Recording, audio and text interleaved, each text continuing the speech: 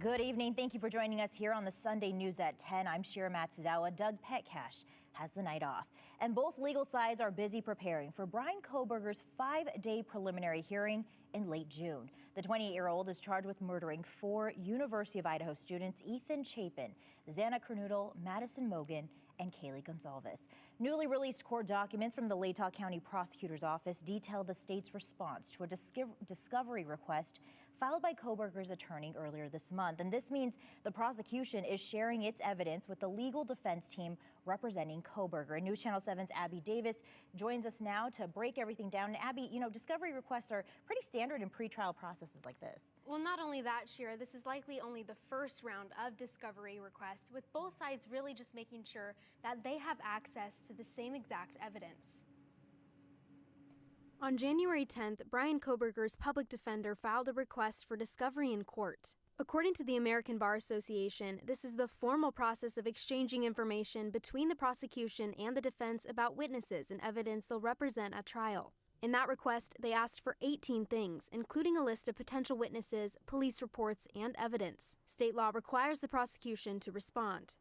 On January 23rd, the Latah County Prosecutor's Office confirmed it fulfilled that request. New court documents show the state sent the defense police reports and documents, including 995 pages, 1 audio-video file, and a number of photos. Former Idaho Attorney General Dave Leroy told KTVB this exchange of evidence is fairly standard. He says what makes this response unique is the large amount of evidence to sort through, considering the pretrial process only recently begun.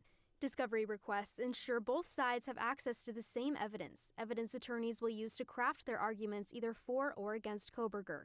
The discovery process is ongoing. Latah County's prosecuting attorney confirmed they'll give the defense any new information discovered in the upcoming months. As for what's next, Leroy expects the state to request a discovery back from the defense. He says the state will most likely ask for similar material and information the defense may use in the courtroom. Kohberger waived his right to a speedy preliminary hearing earlier this month. He'll be back in court, like we said earlier, for his preliminary hearing on June 26th. Leroy says a judge will then decide if there's probable cause to believe a crime was committed and if there is probable cause to believe Kohberger committed the crime. If there is, Shira, a different judge from the district court would then set a date for trial if Kohberger requests one. All right. Abby Davis, thank you for breaking that down for us.